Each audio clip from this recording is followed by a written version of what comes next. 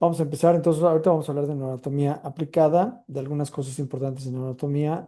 El objetivo de esta primera semana es algo que seguramente ya pudieron ver en Canvas, es reconocer las estructuras que componen el sistema nervioso central y periférico, que es lo que vamos a ver esencialmente hoy, y algo de integración topográfica. ¿Qué es integración topográfica? Eh, Piensen que el sistema nervioso es como un mapa muy preciso. Entonces, si hay una serie de manifestaciones clínicas, yo puedo asumir dónde está la lesión. Esa es una identificación topográfica. Y sindromática, Pablo, sí, dime, levantaste la Sí, mano. perdón, rapidísimo. Es que justo ahorita que estaba checando en Canvas todavía no están los objetivos de Ah, semana uno ni de semana 2. bueno, ahorita los. Entonces es que pensé que Shaylee iba a abrir todo, seguramente no vas a abrir No, el solo veré los 3 y suyos. 4. Dame un segundo, déjame ver si lo puedo hacer de una vez, que no me distraiga mucho. Eh, O sea, que no me distraiga Sale. mucho para seguirles dando la clase, pero gracias por Perdón, decírmelo. gracias. A ver, módulos.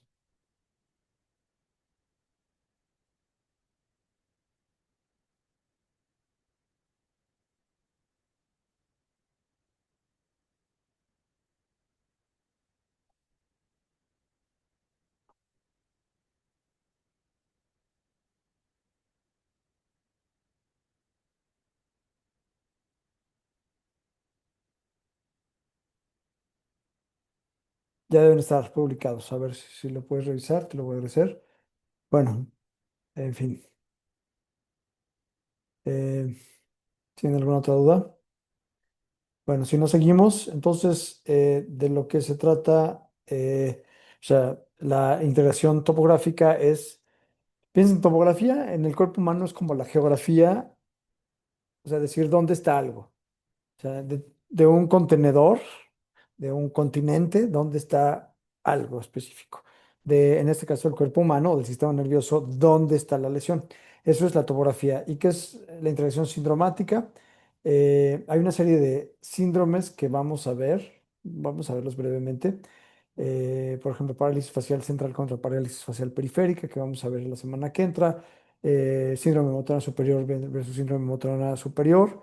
eh, que nos van a decir más o menos qué signos y síntomas, que es un síndrome, por cierto, es la unión de signos y síntomas, que cuando ocurren de forma concomitante nos hacen pensar en un grupo pequeño de etiologías. Y eso nos lleva a lo que sigue, que es, no es materia de este bloque, pero la integración sindromática nos va a servir para hacer apuestas causales, nosológicas, ¿no? Entonces, eso es lo que tenemos que ver. Este plan de evaluación muy probablemente ya se les enseñó Shaley. El examen nacional es lo lleva el grueso de la calificación. Eh, la actividad integradora y esas cosas que tienen que ver con Shaley, ella las evalúa. Y este 15% lo pueden dar por sentado, o sea, es nada más con que respiren, vivan, no mueran en el camino. ¿Por qué? Porque ni paso lista, porque me hace perder tiempo y a ustedes también. Y esta es una clase de adultas y adultos, entonces suponemos que si alguien no está es porque no pudo, porque no quiso, porque le dio flojera, porque se murió su abuelita, o el perro, o le dolió la cabeza, o lo que sea. O sea, hay razones valiosas y cada una de ellas lo es. Entonces, bueno, eso no me importa mayormente. Y bueno. Por cierto, hay un quiz de Neuro que tiene 4 preguntas, que creo que ya está publicado. Lo acabo de publicar hace un ratito. Muy bien, ¿cuál es el objetivo de esta sesión en particular, de esta clase? Explicar la organización anatómica y funcional, o sea, cómo está organizado el sistema nervioso central geográficamente, eso es a lo que llamaremos anatómicamente, y funcional es cómo funcionamos, ¿no? Entonces, nada más como recordatorio, primer concepto, la unidad anatómica del sistema nervioso central, la unidad anatómica es la neurona, ¿no?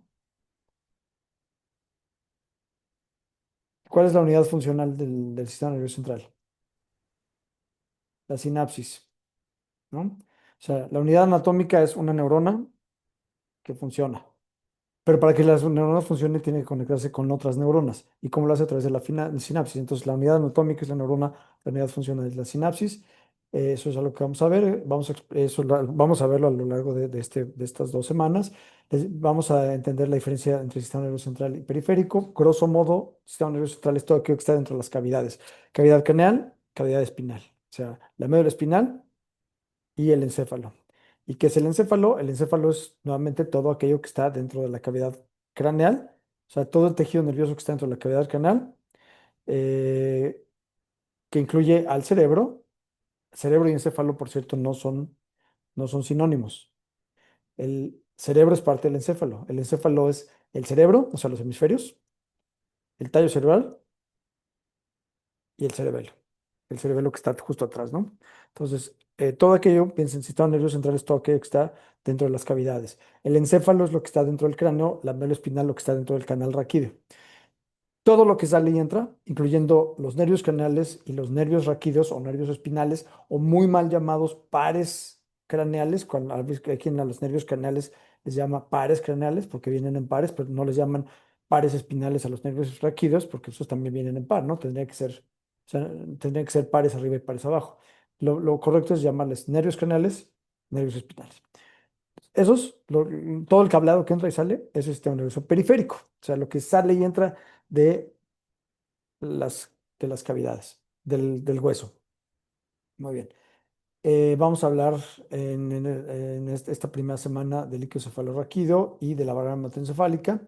Y vamos a descubrir la organización también del sistema motor. Vamos a hablar un poquito del sistema motor, sobre todo de la vía más importante, que es la vía que se llama córtico-espinal, también llamada vía piramidal. ¿Ok? Nuevamente, yo todavía no he visto el examen, no sé cómo viene, pero tengan la tranquilidad de que si algo no lo vimos y no es obvio o de conocimiento público, common knowledge, lo voy a quitar. Eh, Puedo decirles que en el examen inmediato anterior, Shaylee y yo nos pusimos de acuerdo y hubo una serie de preguntas que tuvimos que quitar porque tenían respuestas duplicadas o errores. Entonces, y eso nos dimos cuenta hasta que estábamos en el examen, porque el examen no lo publicaron antes. Entonces, nada más para tranquilidad de ustedes, todo aquello que no se haya visto o respuestas que estén mal planteadas, pero preguntas o respuestas mal planteadas, las vamos a quitar. Pero sí, damos paso a la sesión. Vamos a hablar de la organización del sistema nervioso. ¿Cómo se organiza? El sistema nervioso se organiza en sistema nervioso central y periférico, ¿no? Entonces, ¿qué es el encéfalo? El encéfalo es esto que está aquí. Todo esto que está aquí es el encéfalo, ¿no? Y el encéfalo entonces tiene, perdón, aquí ya estoy metiendo el tallo cerebral, el cerebelo, el diencéfalo y los hemisferios cerebrales. Todo esto es parte del sistema nervioso. Perdón, esto es el encéfalo, ¿no? Entonces, los hemisferios cerebrales, el diencéfalo es todo aquello que tiene tálamo en el nombre, tálamo, epitálamo, hipotálamo y subtálamo. Son 4 estructuras, esas 4 es a lo que llamamos diencéfalo. ¿M?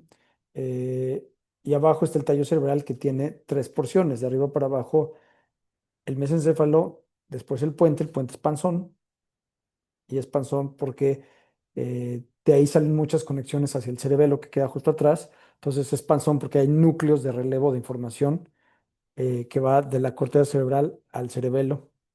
Por eso tiene esta forma como panzona redondita. Luego abajo está la médula oblongada, también conocida como bulbo raquídeo. Y justo atrás de ellas, de estas 3 estructuras, y por debajo de la corteza occipital, está el cerebelo. Todo esto es a lo que llamamos encéfalo. Lo de abajo es la médula espinal, ¿no? Entonces el encéfalo son los hemisferios cerebrales, el tallo cerebral y el cerebelo. Y por debajo la médula espinal. Eso es parte de lo que llamamos sistema nervioso central, está dentro de las cavidades óseas y es donde se procesa la mayoría de la información que va a permitirnos llevar a cabo una respuesta. O sea, procesamos información que entra al sistema nervioso central para emitir respuestas. El sistema nervioso periférico, en contraparte, es todo aquello que entra o sale. ¿Y cómo lo dividimos? Hay los 12 pares de nervios craneales, que esto tiene una excepción. ¿Por qué? Porque el primero y el segundo, aunque se llaman nervios craneales, el primero es el olfatorio, el segundo es el nervio óptico, estrictamente son derivados del telencéfalo, o sea, estrictamente son derivados del sistema nervioso central. No, ¿y a qué me refiero con esto? Esto ya lo vieron en neurología. Cuando se cierra el tubo neural, cuando se cierra, las partes que se tocan se llaman las crestas neurales, ¿no? Este es el tubo. Lo que se cierra y toca son las crestas neurales. Estas crestas neurales, en este caso son mis dedos, dan origen al sistema nervioso periférico. Y lo que queda por abajo, que es el tubo neural, o sea, estas crestas dan origen al sistema nervioso periférico. Y el tubo neural da origen al sistema nervioso central.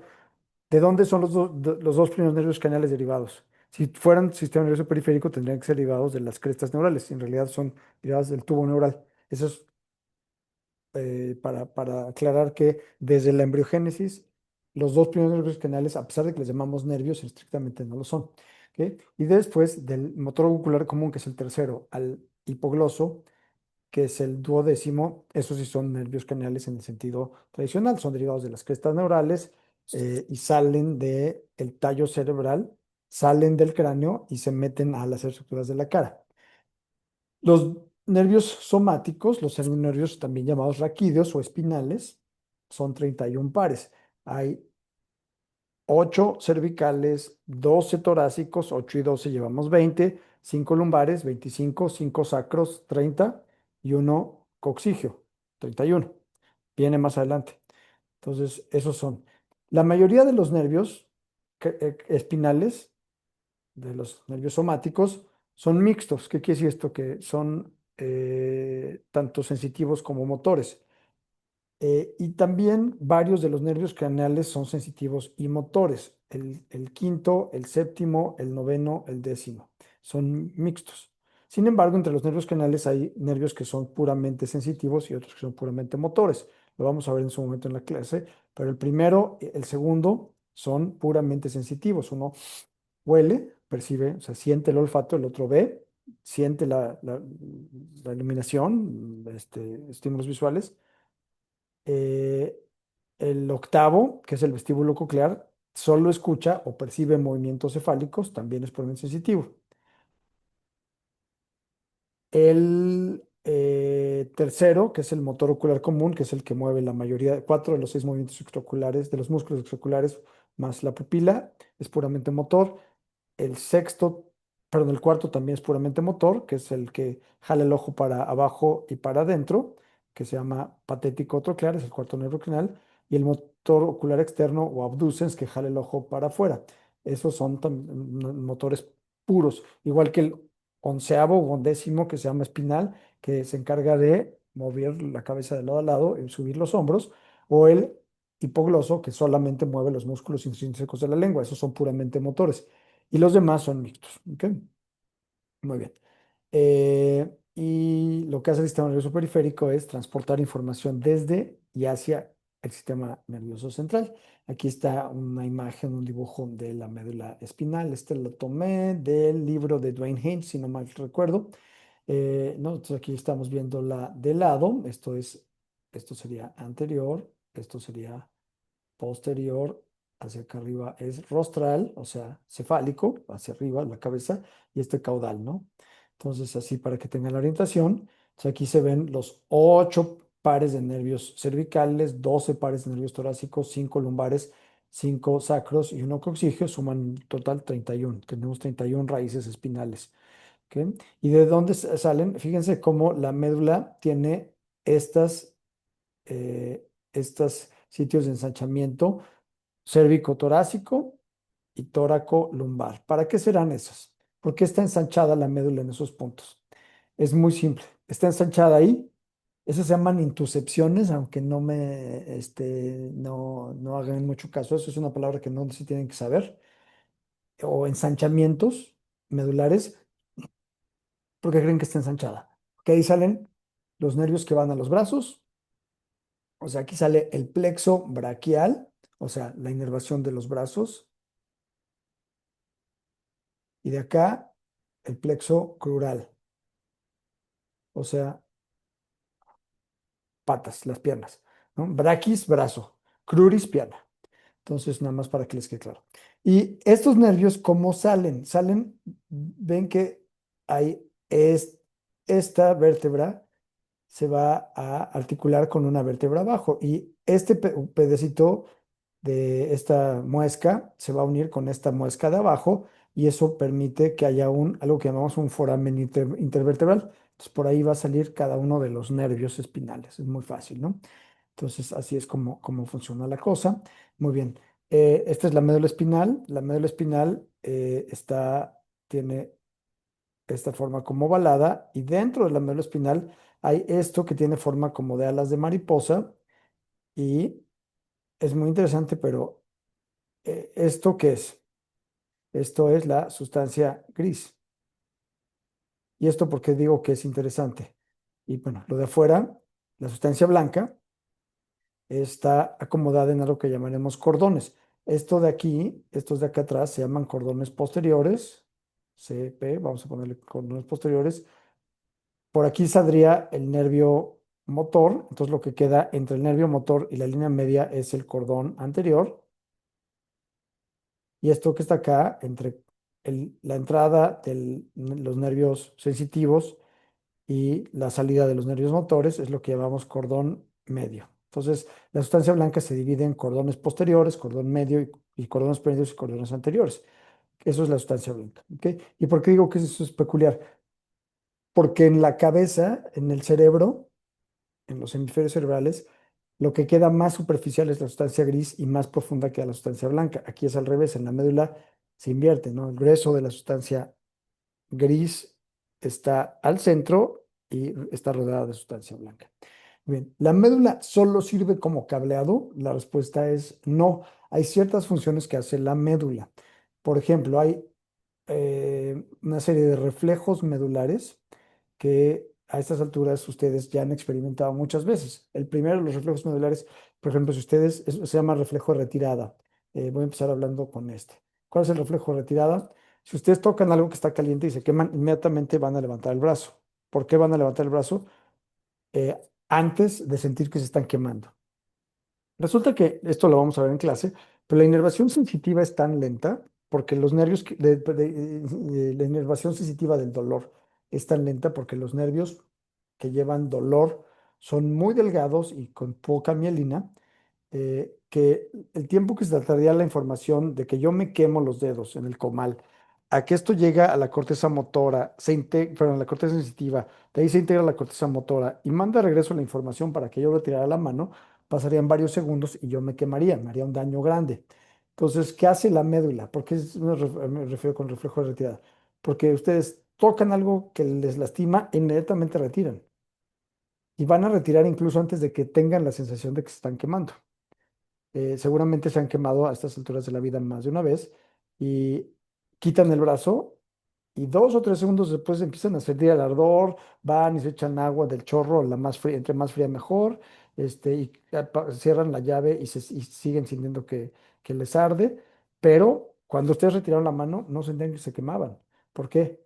Porque la médula inmediatamente que hay una información sensitiva dolorosa que entra a la médula por acá, este es la raíz sensitiva, R de raíz sensitiva, vamos a ponerle R sens, trae la información sensitiva, esta entra y en este sitio va a ser sinapsis con, eh, o sea, en el asta posterior va a ser una sinapsis con información que va a subir, va a cruzar y va a subir al tálamo y de ahí a la corteza cerebral para que yo haga conciencia que me estoy quemando. Sin embargo, algunas de estas raíces se van a ir y van a hacer una serie de sinapsis intermedias hasta que lleguen al asta motora y aquí van a hacer sinapsis con una motoneurona que va a ir al músculo y va a contraer a los flexores. Eso va a hacer que yo retire el brazo. Es una forma de protección, es un reflejo que se llama de retirada. ¿Qué otro reflejo? El de la marcha, el de la marcha. Ustedes, si saben algo a estas alturas de una lesión medular, es que una persona con una lesión medular no puede caminar. Una lesión completa, una persona no puede caminar, no va a volver a caminar nunca en la vida. Sin embargo, si esa persona ustedes la pusieron en una banda sin fin, en un treadmill, y le ayudaran mecánicamente a mover las piernas los 2 o 3 primeros pasos y fuera a una velocidad constante, eventualmente la médula tomaría independencia y podría hacer que esa persona caminara. Pero ¿qué no puede hacer la médula? No puede, o sea, eso lo hace de forma refleja. Tas, tas, tas, tas, tas, tas, tas, tas, tas. Si ustedes han salido a correr, van corriendo y van platicando con alguien más, y no van pensando, ah, ahora tengo que extender la pierna derecha y tengo que flexionar la pierna izquierda. Y ahora voy a flexionar la pierna izquierda y extender la derecha. No tienen que pensarlo. Lo van haciendo de forma natural. Sin embargo, ¿qué pasa, por ejemplo, si hay un bache, si hay una coladera abierta, si hay popó en el camino, o si tienen que virar, o si les toca el semáforo en rojo? Entonces ya no es la médula la que está haciendo automáticamente eso, sino que la corteza es la que le dice a la médula arranca o párate. Pero ya que empezado a caminar, la médula se va a encargar de todo lo demás. ¿Qué otra cosa hay? Los reflejos antigravitatorios. O sea, ¿qué otro reflejo hay? Los reflejos antigravitatorios. Si ustedes van caminando y de repente se tropiezan, casi que sin pensarlo, no casi que sin pensarlo, ustedes van a hacer básicamente lo mismo siempre, de forma estereotipada. Van a abrir las piernas y extender los brazos. ¿Para qué? Para tratar de recuperar el equilibrio. O sea, antes de tropezarse o cuando se están tropezando, ustedes van a hacer eso, van a extender y eso les ayuda a hiperextender brazos y piernas y eso les ayuda a que no pierdan el equilibrio. ¿Ok? Y hay ciertas funciones autonómicas que también dependen de la médula, como el flujo sanguíneo, la motilidad gastrointestinal, la excreción urinaria y la presión arterial. Una de las cosas que causa la muerte, por ejemplo, de una persona con una lesión medular es algo que llamamos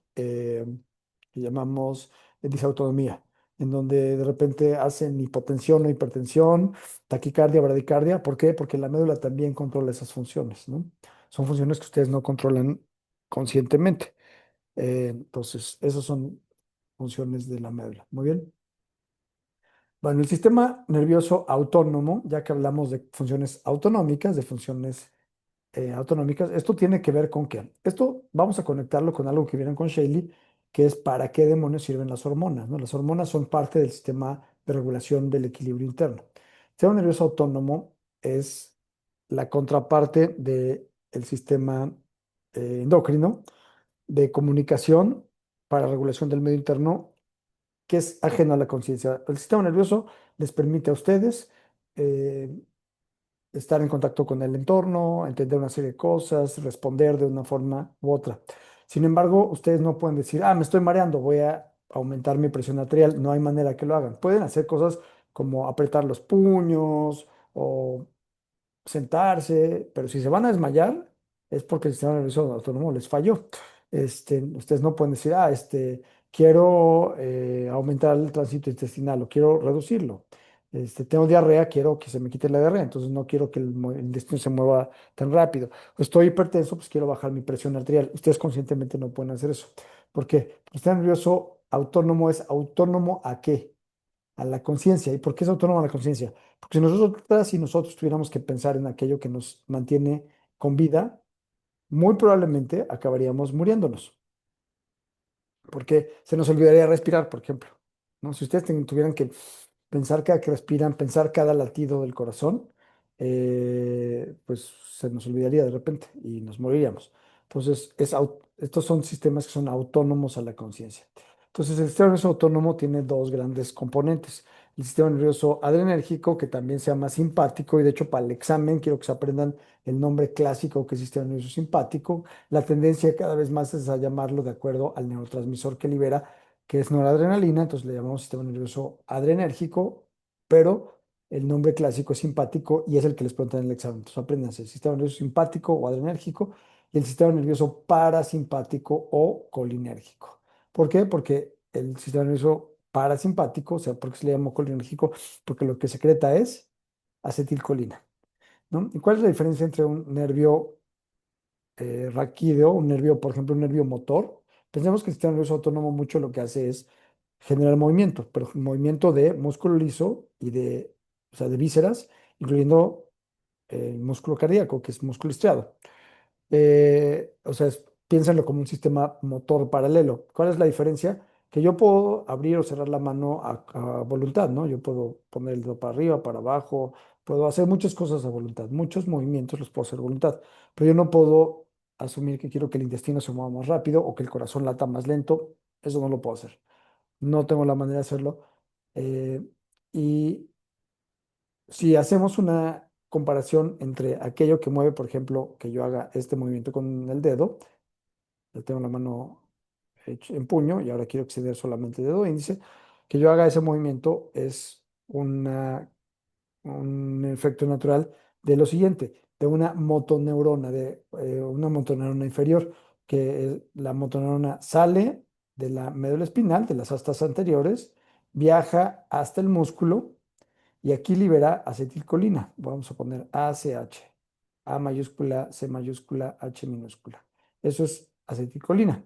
Ese es el neurotransmisor que se usa en lo que llamamos la placa neuromuscular, o sea, el botón del axón o sea, el axón de la motora inferior secretando algo para que el músculo se contraiga, es lo que secreta es acetilcolina. Entonces, de la médula espinal al músculo solo hay una sola neurona larga que libera acetilcolina.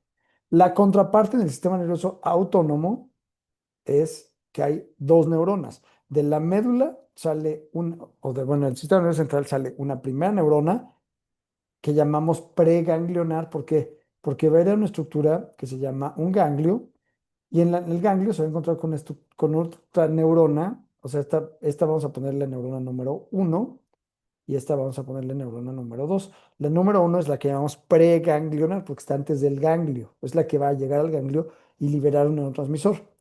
Y ese neurotransmisor va a excitar a esta segunda neurona que llamamos postganglionar. Y esta neurona postganglionar en el sistema nervioso simpático lo que va a liberar aquí va a ser norepinefrina o noradrenalina. ¿Ok? Perdón, ahí está. Muy bien. Ahora. Ese es el sistema nervioso simpático. En el sistema nervioso parasimpático, ¿por qué demonios le llamamos colinérgico?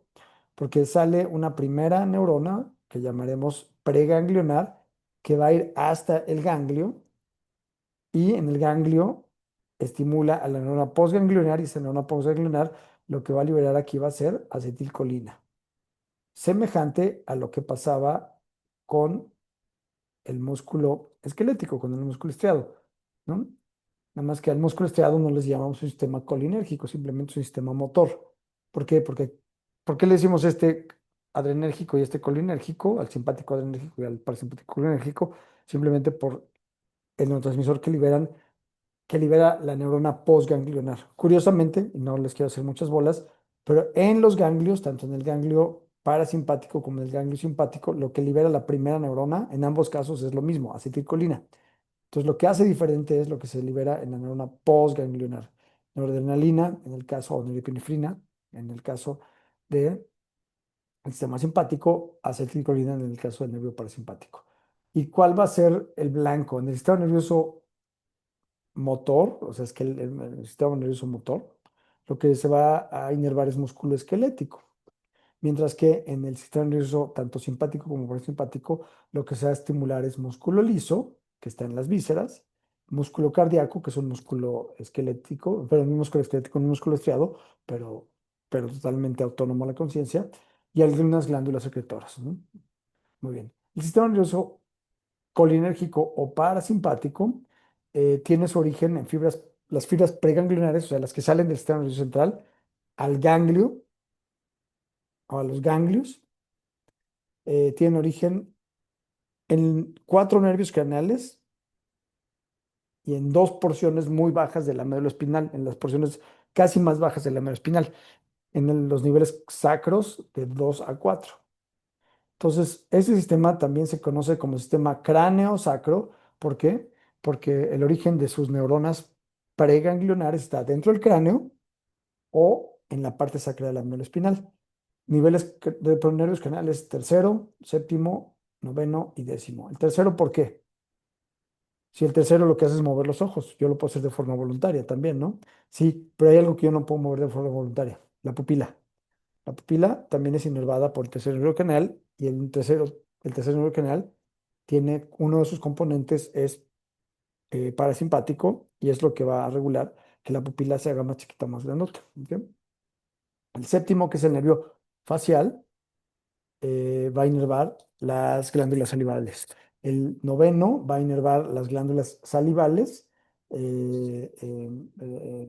submandibulares, perdón, que también son glándulas salivales. Por cierto, el séptimo también va a inervar a las lagrimales. El noveno esencialmente las submandibulares que son salivales, pero también va a inervar algunas otras estructuras como algunos vasos del cuello. Y el décimo nervio craneal es importantísimo. ¿Por qué? Porque va a inervar todas las vísceras intratorácicas y casi todas las intraabdominales, incluyendo, o sea, todo, corazón, pulmones, todo que centro del tórax y todo que está dentro del abdomen, con la excepción de las porciones más bajas del colon, o sea, del colon transverso para abajo, ya no, y las partes más bajas de las vías urinarias. Todo lo demás, todas las demás vísceras son inervadas por el vago. Entonces, el vago tiene inervación de de todas las vísceras, pero, o sea, de hecho, todos los movimientos involuntarios, desde glandulares, como las glándulas salivales, hasta el tamaño de la pupila, o si el corazón me late más rápido o más lento, si lo hace con más fuerza o con menos fuerza, todo eso, la presión arterial de cada vaso sanguíneo depende de este sistema nervioso parasimpático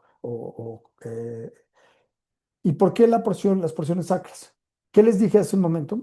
Que el vago inervaba todas las vías intratorácicas e intraabdominales. El vago, por cierto, es el décimo nervio canal, eh, con excepción de las partes más bajas del tubo digestivo y de la vía urinaria. Bueno, esas porciones más bajas, por ejemplo, el movimiento final del colon para excretar la materia fecal o la innervación de la vejiga para abajo, dependen de neuronas que vienen de los niveles sacros. ¿Por qué? Porque también le quedan mucho más cerquita la inervación. En vez de hacer un viaje tan largo, el vago es más fácil que esas fibras que vienen del piso, pasan por el piso pélvico, inerven a las partes más bajas urinarias y digestivas. Muy bien. El sistema colinérgico, perdón, el sistema parasimpático se llama colinérgico porque usa acetilcolina como neurotransmisor. Y suele tener un efecto discreto y selectivo. ¿A qué me refiero con esto? Que si ustedes toman algo, toman un vaso de agua y le dan un trago al vaso de agua, pues lo que se va a activar es el movimiento del esófago y ya que el agua llega al esófago, el estómago se va a contraer para echar el agua al duodeno, luego el duodeno se va a contraer, o sea, va a ser selectivo. ¿Qué quiere decir esto? Que va a ser regional el movimiento. La diferencia grande es con el sistema nervioso simpático, en donde el efecto de la activación simpática suele ser más en masa, o sea, de todo o nada.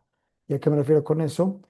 Que si alguien, o sea, si se espantan, por ejemplo, o ven un accidente, o ven algo cruento, o ven una película de terror, eh, eh, lo que va a ocurrir es que va a haber una reacción en cadena, en donde la pupila se dilata, la boca se les seca, se les paraliza el intestino y lo que va a pasar es que la sangre se va a derivar, se va a ver vasoconstricción cutánea, por eso la gente cuando se espanta se pone pálida. ¿Por qué? Porque va a haber vasoconstricción cutánea y esa sangre se va a ir hacia tres porciones: el músculo esquelético, el corazón y el cerebro. ¿Y por qué razón hacia el músculo esquelético, corazón y cerebro? Yo necesito el cerebro bien irrigado para pensar. Si algo malo va a pasar, vamos a poner que yo soy la presa. Yo soy un ciervo, estoy en la sabana y de repente, pum, llega un depredador. Me va a matar. Entonces yo tengo que hacer dos cosas: o huir o pelear. O sea, tengo que tomar una decisión. Y para pelear o para huir, yo necesito velocidad y fuerza. Entonces, y necesito estar listo. Entonces, la sangre se va a ir al cerebro para que yo piense rápidamente. Al corazón, porque el corazón tiene que latir más rápido para que yo pueda correr, para que pueda pelear, para que pueda huir, lo que sea. ¿Y por qué al músculo esquelético se va a ir esa sangre? Porque es donde lo que me va a permitir o pelear o correr. ¿Ok? Y todo lo demás o sea, va a haber la vasoconstrucción, se va a paralizar el tubo digestivo, se va a paralizar la formación urinaria, va a haber taquicardia, en fin, todo eso ocurre en masa. Ustedes no tienen que pensar en, ahí viene la leona y me va a comer. Entonces, ¿qué tengo que hacer? Ah, sí, tengo que vasodilatar el corazón. Ah, y también tengo que vasoconstriñir la piel, ni madres. No piensan eso, simplemente ocurre, ¿no? Entonces, eh, el sistema nervioso simpático, así como les dije que el sistema nervioso parasimpático tenía su origen en el tallo cerebral, en cuatro nervios canales y en la parte más baja de la médula, y por eso llamamos cráneo sacro. A este sistema nervioso simpático le llamamos toracolumbar. ¿Por qué? Porque el origen de las neuronas preganglionares es en los 12 segmentos torácicos y en los dos primeros segmentos lumbares. Acuérdense, hay 5 lumbares, los dos primeros, o sea, en 14 segmentos. Eh, Nada más, o sea, los 12 torácicos y los dos primeros lumbares. Esto es igual a 14 segmentos. Y de estos 14 segmentos, ¿qué creen que va a pasar? De aquí hay una gran ramificación e interconexión, hay algo que llamamos una respuesta divergente, y van a salir axones que suben hasta la cabezota y que bajan hasta las plantas de los pies, ¿no?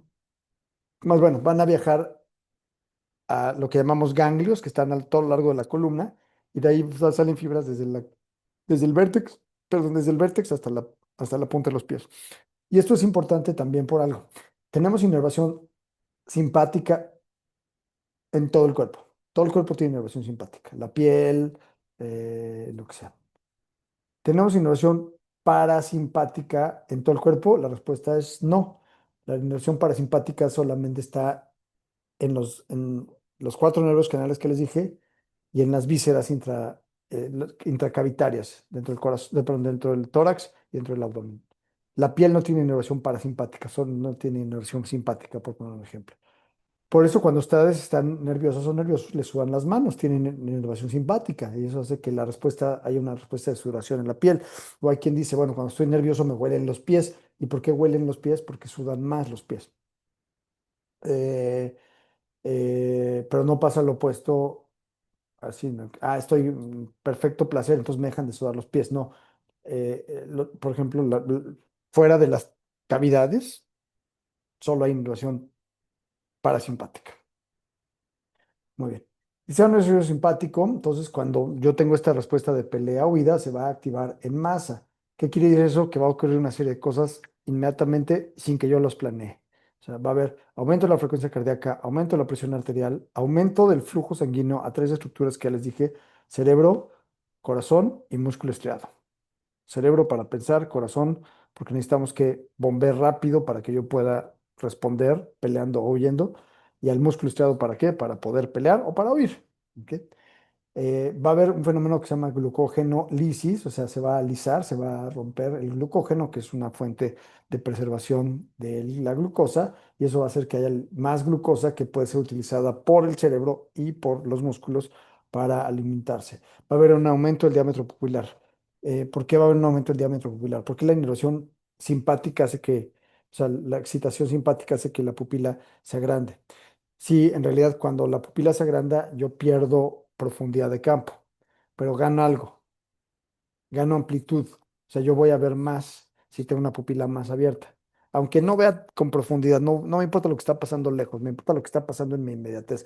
O sea, la, el depredador me está cayendo encima, bueno, puta, ¿por dónde me puedo pelar? ¿No? O sea, ¿qué puedo hacer para disuadirlo, etcétera? Muy bien. Y va a disminuir, esto ya se los he dicho, el movimiento intestinal, las secreciones digestivas y el flujo sanguíneo a las vísceras, incluyendo la piel. ¿Por qué? Porque esta sangre que estaba en donde no la necesitamos, lo que va a hacer es irse a donde sí la necesitamos, que es al corazón, a los músculos y al cerebro. Bien. Ahora, en ciertas circunstancias puede haber una inervación discreta o activación discreta. Por ejemplo, si yo estoy en un sitio oscuro y no hay buena, o sea, con mala iluminación, va a haber dilatación pupilar. ¿Para qué? Pues para que pueda entrar un poquito más de luz al ojo y yo pueda medio ver, ¿no? Por poner un ejemplo. Pero en realidad este sistema se activa más en masa. Muy bien. El sistema nervioso colinérgico o parasimpático tiene que ver, entonces ya les había hecho con control eh, visceral, de vísceras intratorácicas e intraabdominales. Y aquí les pongo el ejemplo de la producción de orina, o la liberación de orina, o la liberación de materia fecal. ¿Por qué? Porque como estas son las partes más bajas del tubo digestivo y de la vía urinaria, aquí es donde se puede explicar ese fenómeno de que parte de la inervación viene desde arriba y otra viene desde abajo. Una viene desde el décimo nervio craneal, o sea, es craneal, y la otra viene de la porción sacra. Entonces, en el caso del sistema nervioso parasimpático, así ocurre, ¿no? Entonces, este movimiento del tubo digestivo, todo desde el esófago hasta el colon transverso, depende del décimo nervio craneal. Pero ya en la parte más abajo, aquí depende de las porciones sacras 2 a 4. Sacro 2 a sacro 4. Muy bien. Lo mismo ocurre en la producción de orina. Por ejemplo, la inervación de la parte alta de la vejiga va a ser lumbar. O sea, es simpática, que acuérdense que ese es un sistema que se llama toracolumbar, pero la excreción, el esfínter urinario, está inervado por el segmento, por segmentos o ganglios que están en la parte baja, ¿no? Entonces, y esto que es simpático y esto de acá es parasimpático. Y esto me hace pensar en algo, que se me olvidó decirles cuál es la inervación simpática del tubo digestivo, y para eso me voy a regresar.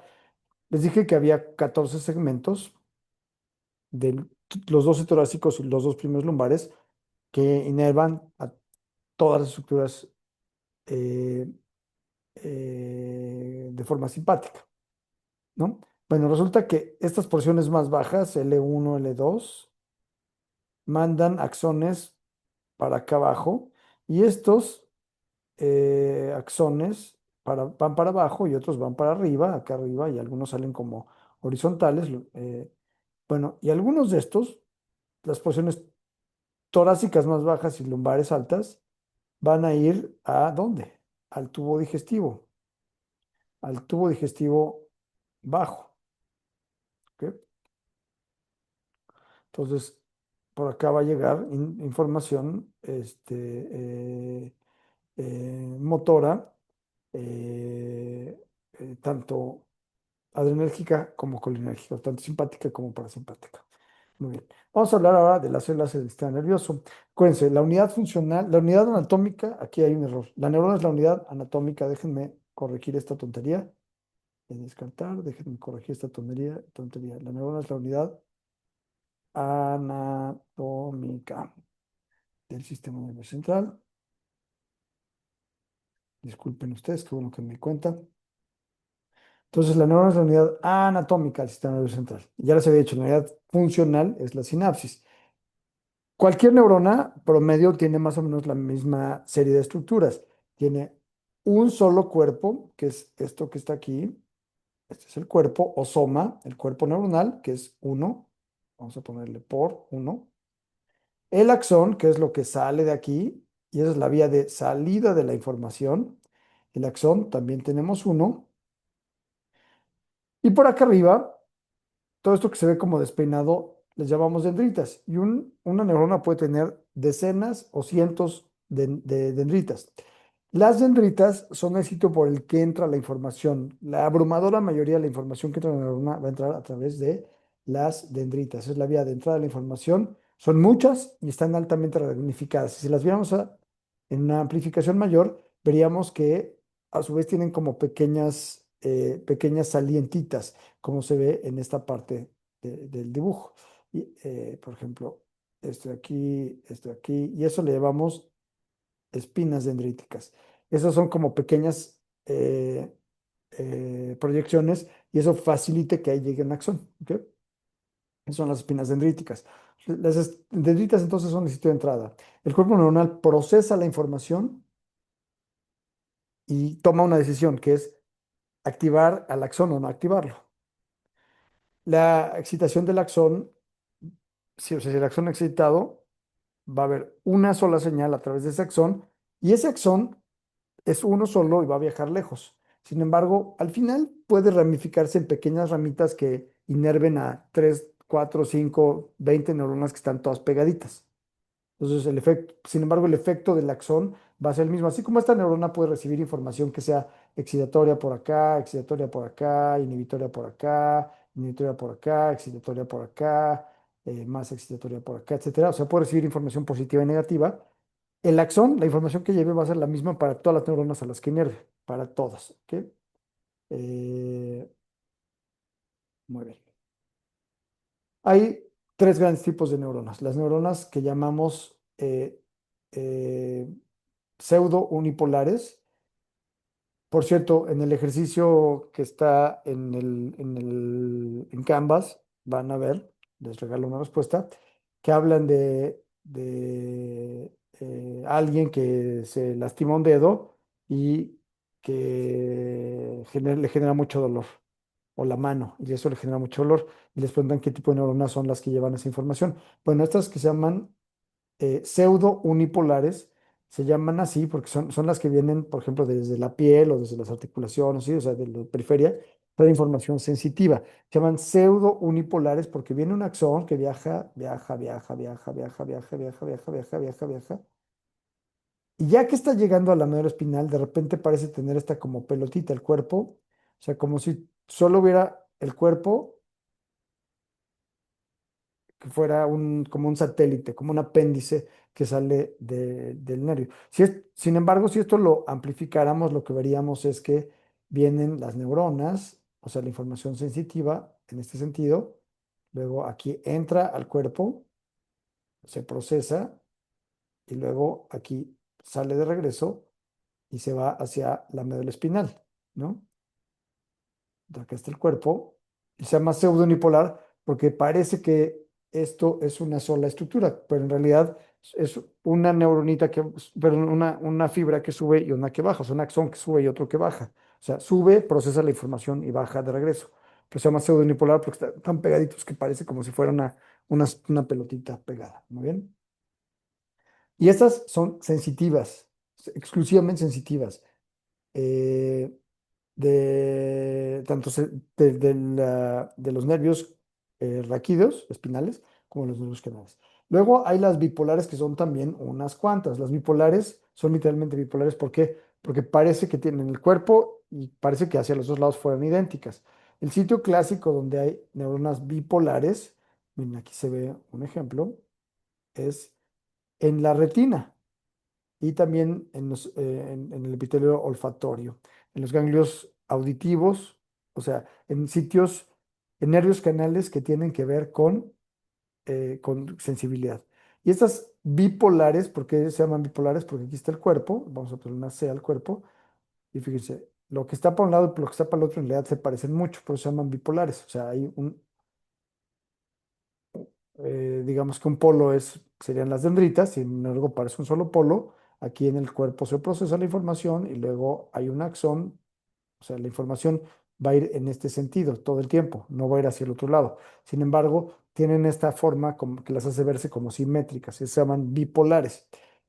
Y la gran mayoría de las neuronas, todas las demás, se llaman multipolares. El ejemplo clásico de las multipolares son las células piramidales, que están en la corteza cerebral, como esta aquí, se llaman piramidales porque el cuerpo tiene forma de triángulo, o sea, de pirámide, como pueden ver aquí. Muy bien. Estas neuronas piramidales o las células de Purkinje en el cerebelo, en fin, casi todas las demás neuronas, la abrumadora mayoría, son multipolares. Se llaman multipolares, ¿por qué? Porque tienen muchas dendritas, como se ve aquí, aquí están las dendritas, muchas dendritas, un cuerpo y un axón que sale, ¿no? Un axón. Muchas dendritas, un cuerpo, un axón. ¿Ok? Esas se llaman multipolares, multipolares porque tienen muchos polos, o sea, de entrada de información, un sitio de procesamiento y un sitio de salida de la información. Muy bien.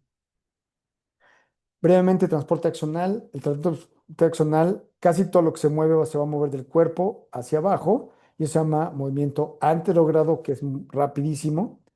se mueve a más o menos entre 100 y 400 milímetros por día, y eso mueve neurotransmisores, vesículas, mitocondrias, cosas que se tienen que formar en el cuerpo de la neurona, en el soma, y bajan hasta los sitios donde se ocupan.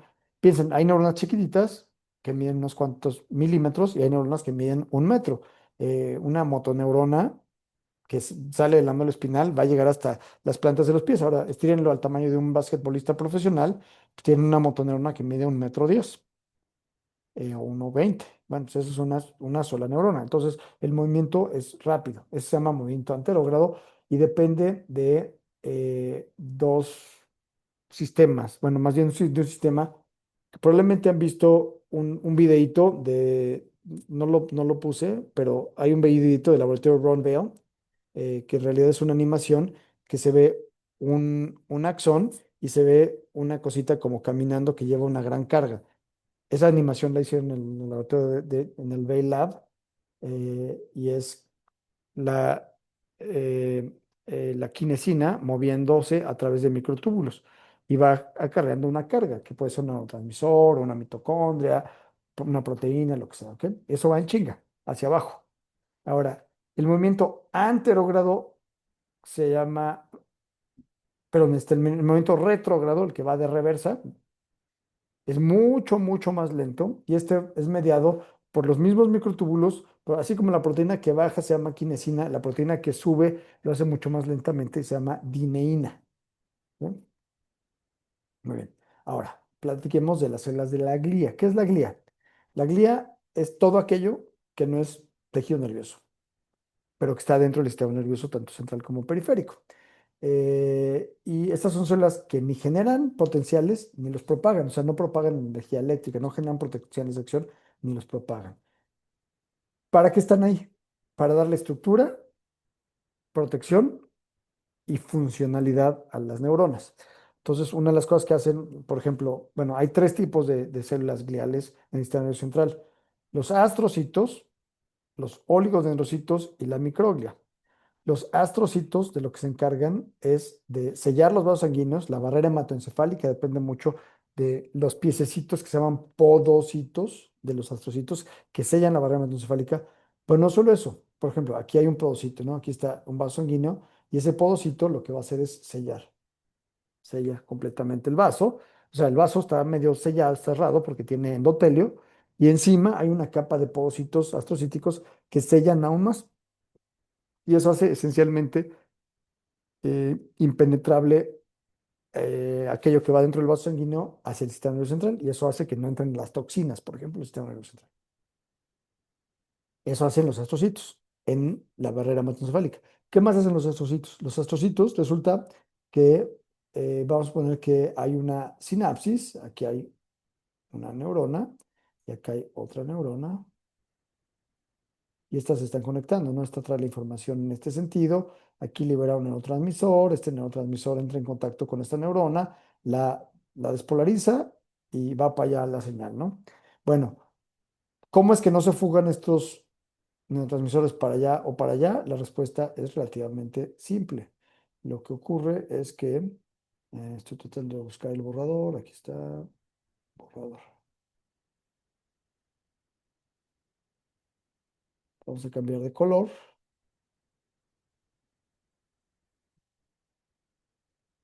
vamos a ponerlo en azul. Bueno, resulta que aquí hay los mismos pocitos astrocíticos que lo que van a hacer es sellar esto. Entonces, sellan a la sinapsis y eso hace que la sinapsis funcione de manera perfecta. ¿Por qué? Porque el neurotransmisor solamente va a moverse en una dirección, no se va a fugar. ¿Y qué pasa? Ya que se acabó la sinapsis, ya que se acabó la necesidad de que la neurona A estimule a la neurona B, estos astrocitos lo que van a hacer es tragarse el neurotransmisor que sobró y lo degradan. Entonces, los astrocitos son cruciales para que la sinapsis sea perfecta. Entonces, no son neuronas, no generan potenciales, no los propagan, pero qué bien hacen su chamba porque le permiten a las neuronas tener un potencial de acción. Los oligodendrocitos, la oligodendroglía, son las células que van a generar mielina, ¿no? Entonces aquí tienen axones mielinizados y estas células que están aquí son oligodendrocitos y los oligodendrocitos lo que van a hacer es mielinizar. ¿Mielinizan dónde? En el sistema nervioso central.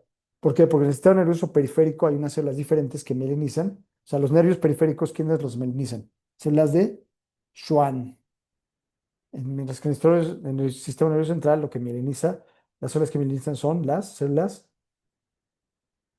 que llamamos de la oligodendroglia o oligodendrocitos. Y si ustedes los ven con cuidado, tienen forma, aquí se ve otro, tienen forma de qué? Dicen que tienen forma de huevo frito, de huevo estrellado, los oligodendrocitos. Entonces, esas cosas que a veces preguntan en el examen, ve usted al microscopio una célula que tiene forma de huevo estrellado en un corte histológico del sistema nervioso central, pues ya saben que es la oligodendroglia. ¿Y para qué demonios sirve? Para mielinizar en el sistema nervioso central.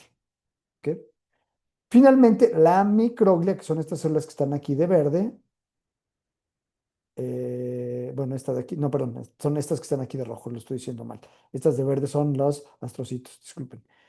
Aquí está esta, y creo que es la única. Ah, no, acá hay otra. Sí, hasta está marcado, perdón, ya no se me olvidó leer. Sí, están estas. La microglia, ¿qué son? Son macrófagos.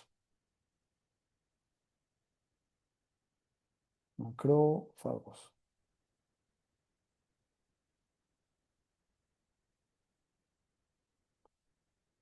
Son células residentes del sistema nervioso central de origen mesotelial, pero mesenquimatoso. No dije mesotelial por error, mesenquimatoso. Y, o sea, no son derivadas del ectodermo, como el resto del sistema nervioso central, como los astrocitos incluso sí son derivados del ectodermo. Los macrófagos son, perdón, las microglias son macrófagos, que llegan de la médula ósea, se meten al seso y ahí están, y lo que van a hacer es lo que hace cualquier macrófago, patrullar y cuando identifican algo que hay que deglutir, se lo tragan y lo destruyen. ¿Ok? Muy bien. Ya aquí está básicamente la chamba. En el sistema nervioso central tenemos tres tipos de células, los astrocitos, que tienen varias funciones, mantener el ambiente iónico extracelular, o sea, hacen que la concentración de iones sea la adecuada, secreta factores de crecimiento y modula la actividad sináptica. Las otras cosas que hacen es, ya les había dicho, sellan los espacios sinápticos y finalmente también sellan la barrera hematoencefálica.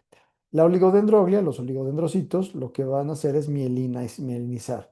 Y la microglia fagocita, traga desechos. Muy bien. En el sistema nervioso central, las células importantes son las células de Schwann, que se encargan de mielinizar en el sistema nervioso periférico, y la célula satélite cuya función no queda del todo clara. Y si les preguntan en el examen cuál es la función de la célula satélite, hay quien dice que también mielinizan, pero en menor grado, hay quien dice que sirven para la regulación del equilibrio osmótico, del equilibrio hidrofluídico, en realidad no nos queda del todo claro. Entonces, no creo que sea suene importante. Muy bien, el cerebro en humano tiene una serie de peculiaridades. Esta es la referencia del estudio, si lo quieren ver algún día, se los puedo enviar después, que es un estudio de una doctora que se apellida Herculano Hausel, que es brasileña precisamente, aunque trabaja en la Universidad de Duke, en Carolina del Norte. Y ella lo que hizo es algo que es unos experimentos muy elegantes que llamamos de anatomía comparada. Y lo que hizo esta doctora fue tomar un cerebro humano, un cerebro eh, de un ratón y de un primate. Y obviamente el ratón pues, es chiquitito, su cerebro pesa 3 gramos, el primate, el cerebro pesaba 900 gramos. Entonces lo que ella dijo es, bueno, tengo un cerebro de una persona, de estas que se mueren y antes de morir dicen que yo le dono mi cerebro a la ciencia. Bueno, ella tomó uno de esos cerebros e hizo una serie de cálculos diciendo, bueno, ¿qué tal que el ratón o el chango tuvieran el cerebro del mismo tamaño que el humano? ¿Cuál sería la diferencia? Si los tres cerebros pesaran lo mismo, el humano es el que tendría más neuronas, 96.000 contra 93.000 del primate y 93.000 millones, 96.000 millones y 12.000 millones del ratón. Pero lo más importante no solo es que hay más neuronas, porque ustedes dirán, bueno, ¿cuál es la diferencia entre 93.000 y 96.000, no? Pues en realidad es muy poca. Hay diferencias claras. Un ratón tiene más o menos 4 veces más células de la glía que neuronas. Un primate tiene como 1,2 células de la glía por cada neurona. El humano es el primer que tiene más neuronas proporcionalmente que células de la glía. ¿Y eso qué quiere decir? Que para meter más neuronas tuvo que perder células de la glía y las células de la glía se tuvieron que ser más eficientes. Entonces, eso es importante. Como regla, un cerebro humano tiene alrededor de, vamos a redondearlo, 100.000 millones de neuronas. Muy bien. Vamos a hablar ahora del sistema ventricular, que está lleno de líquido cefalorraquídeo. Vamos a hablar de la barrera hematocefálica. El líquido, perdón, importante, el volumen intracraneal tiene que estar en perfecto equilibrio. ¿Y por qué? Piensen que esencialmente cualquier estructura ósea del cuerpo es inmóvil. Sin embargo, las cavidades, por ejemplo, la cavidad torácica o la cavidad abdominal, no están hechas de huesos que sean totalmente inmóviles. Hay una serie de estructuras, por ejemplo, tenemos costillas flotantes, pero también tenemos la unión entre las costillas que no son flotantes y el esternón, por ejemplo, eh, muy cartilaginoso, y eso nos permite meter aire, sacarlo, o sea, que el tórax se expanda y se contraiga. ¿Ok? Eso no puede pasar en el cráneo. ¿Por qué razón? Porque una vez que el cráneo madura, las suturas, las que son las uniones entre los huesos del cráneo, se sellan. Entonces, una persona adulta, lo que pasa dentro del cráneo, o sea, así como yo le puedo, yo estoy medio flaco, ¿no? Eh, pero pues yo puedo, ahorita peso, no sé, 78 kilos, estoy diciendo un número, creo que por ahí debo andar. Y resulta que pues, de aquí a Navidad me voy a dedicar a comer como cerdo.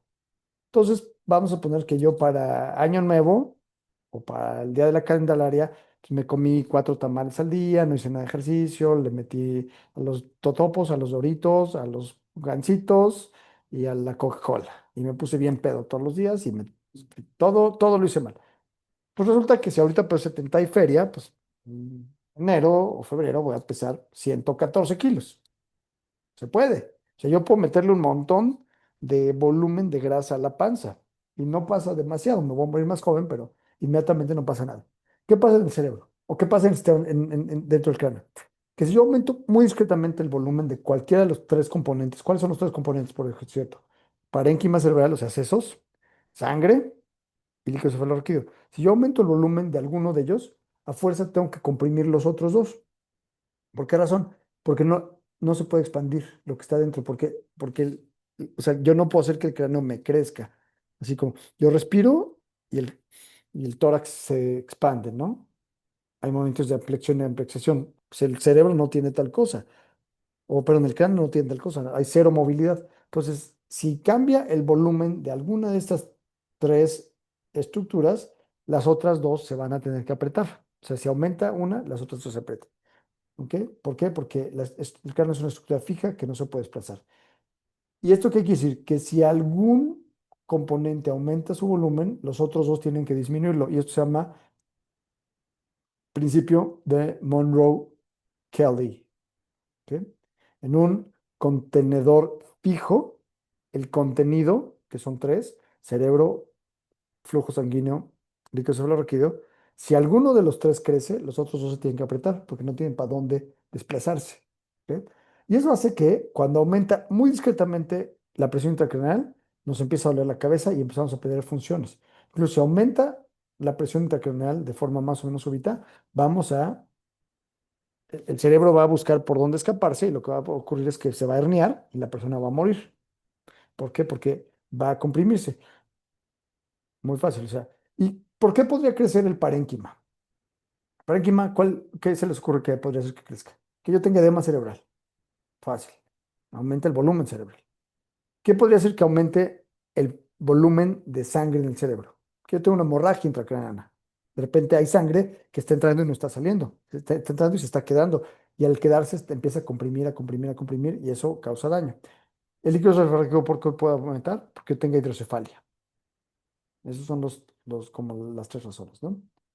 Muy bien. Entonces el líquido cefalorraquídeo más o menos se produce 500 mililitros al día y el volumen aproximado de líquido cefalorraquídeo es en cualquier momento dentro del sistema ventricular es de 125 a 150 mililitros. ¿Qué quiere decir esto? Que más o menos se produce, se, se, se recambia el líquido cefalorraquídeo como entre 3 y 4 veces al día.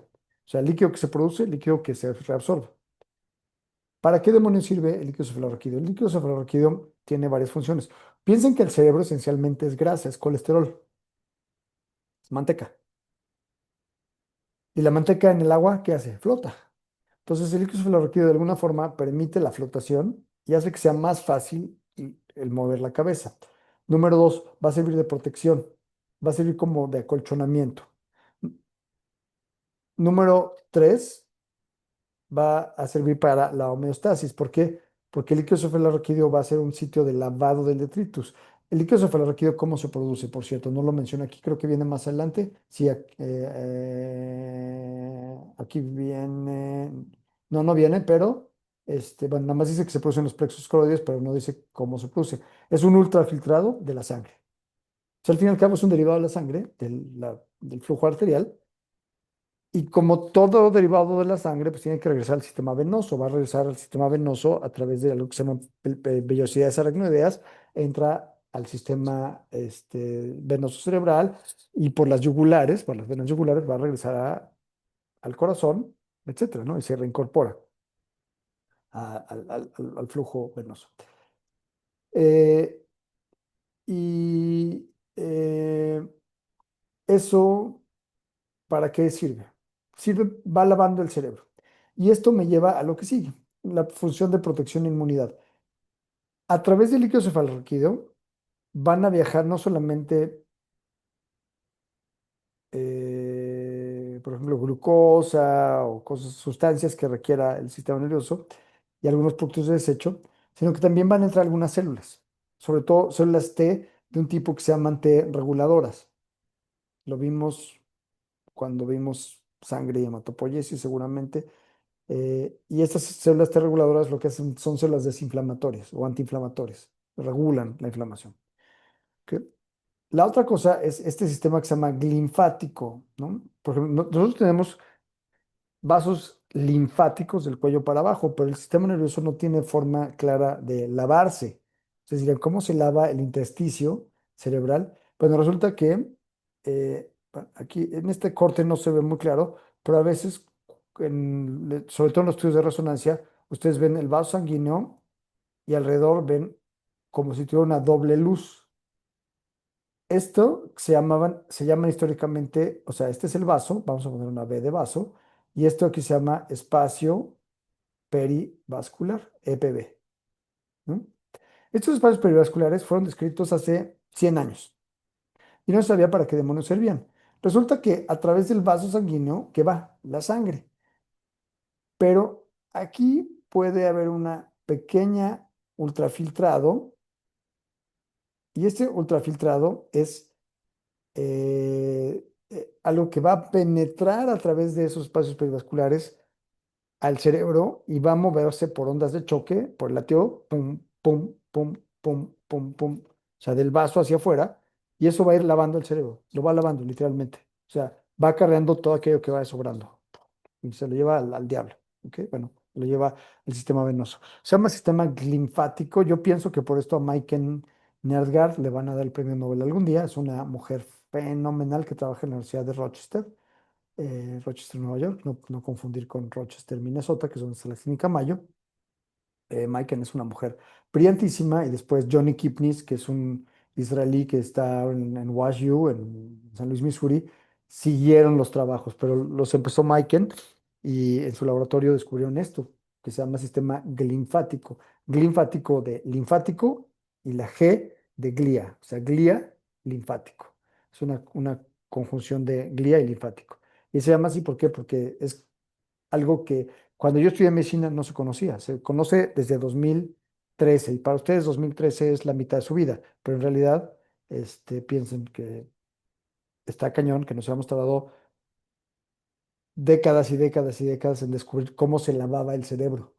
Fue hasta 2013, 2014 que el grupo de Maiken descubrió esto. Muy bien. El líquido cefalorraquídeo, ¿cómo se produce? Ya les dije, es un ultrafiltrado de la sangre arterial, y se produce en los plexos coroides. Los plexos coroides son unas porciones que están dentro de los ventrículos laterales, y de ahí se filtra, entra, o sea, se produce dentro de los ventrículos, esto que se ve aquí como negro. Estos son los ventrículos laterales, ventrículo lateral de un lado, ventrículo lateral del otro. Los ventrículos laterales tienen una forma como, si la viéramos de lado, más o menos como así, como una C. ¿Ok? ¿Por qué? Porque tiene un asta anterior va al frontal, un asta inferior que va al temporal, y un asta posterior que es esta que estamos viendo aquí, ¿no? Que es esto de aquí. Muy bien. Estos ventrículos laterales, como son paralelos, nada más les llamamos ventrículos laterales, el izquierdo y el derecho. Luego para abajo está el tercer ventrículo que está aquí. Este es el tercer ventrículo. Y el cuarto ventrículo queda entre el cerebelo y el tallo cerebral. Y así sería, ¿no?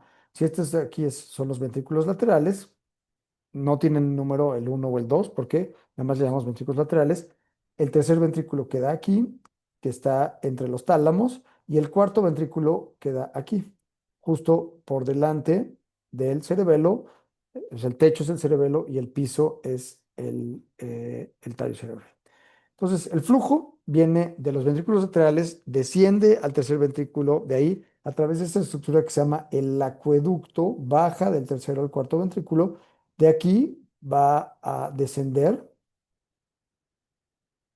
y ya que llega a la unión de la médula, o sea, del tallo cerebral, del bulbo raquídeo con la médula espinal, a través de tres agujeros, dos laterales que se llaman Luschka y uno medial que se llama de Magendie, se va a fugar. Fíjense, aquí estaba todo dentro del sistema ventricular, y en este punto se fuga a lo que llamamos espacio subaracnoideo, y aquí va a subir y a bajar hasta la médula, o sea, hasta la parte más baja. Por ejemplo, si a alguien le quieren hacer una punción para sacar líquido cefalorraquídeo, lo que le vamos a puncionar es la cisterna lumbar. ¿Por qué? Me sirve ver, o sea, me da información del cerebro picarle la espalda baja. Sí, sí me da información. ¿Por qué? Porque es el mismo líquido cefalorraquídeo que está bajando. Y acuérdense, está en constante recambio. Se recambia entre 3 y 4 veces al día. Entonces, lo que encontremos acá abajo en la cisterna, perdón, la parte lumbar, es lo mismo que encontraríamos en cualquier otra parte del líquido cefalorraquídeo. Si es que a través de estos agujeros de Luschka y Magendie se fuga al espacio subaracnoideo. Primero estaba en el sistema intraventricular. Ahí es donde sale y se fuga al espacio subaracnoideo, que es el que rodea al sistema nervioso central y sirve como colchón. Y aquí va a entrar a través de estas cosas que se llaman vellosas aracnoideas, al sistema venoso. El sistema venoso lo va a llevar a las yugulares y de ahí al caño, ¿no?